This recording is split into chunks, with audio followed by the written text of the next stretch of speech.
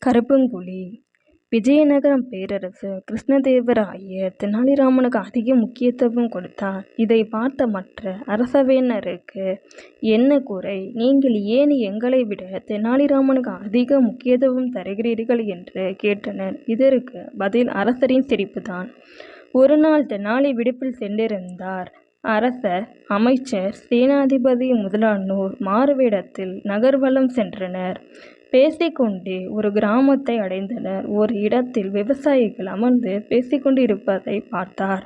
அரசர் அவர்களிடம் சென்று, நாங்கள் வெளிநாட்டினர். உங்களை இந்நாட்டு அரசர் சரியாக கவனித்துக் கொள்கிறாரா என்றார். உடனே அனைவரும் அரசரை புகழ்ந்தனர். பிறகு அரசர் ஒரு முதிய விவசாயியிடம் அதே கேள்வியை கேட்டார். உடனே அவர் சட்டென்று அங்கிருந்து எழுந்து எங்கோ போய்விட்டு பிறகு திரும்பி வந்தார். அவர் கையில் ஒரு கருப்பங்குழி வந்ததும் அதை அவர் இரு கைகளினாலும் உடைத்தவாறு, சகோதரரா, எங்கள் அரசர் இதே போன்றவர் என்றார். அவரது பதில் அரசருக்கு ஆச்சரியத்தை தந்தது.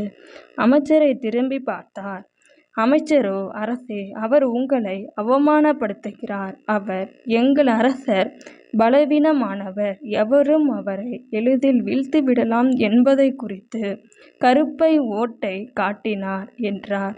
இதை கேட்டதும் அரசருக்கு ஆத்திரம் வந்தது. அவர் ஏதோ கூற வந்தார். அப்பொழுது பின்னிலிருந்து தலையப்பாகை கட்டிய ஒருவர் எழுந்து, கோபப்படாதீர்கள் தயாநிதியே. இப்பொழுது கிழவர் கரும்பை உடைத்து, அரசர் கரும்பு போல் மேலிருந்து கசப்பும் இடையில் இனிப்பும் உடையவர் என்பதை உணர்த்ததான் இப்படி செய்தார் என்று கூறிக்கொண்டே தனது பொய் தாடியை எடுத்தார். அது வேறு யாருமில்லை, தெனாலிராமன் தான்.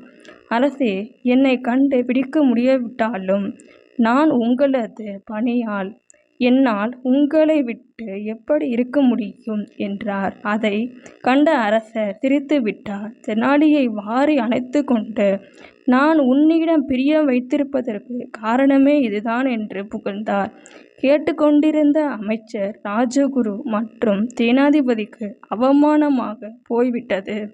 அதன் பிறகு அரசவையில் தெனாலியின் மதிப்பு மேலும் அதிகரித்து விட்டது.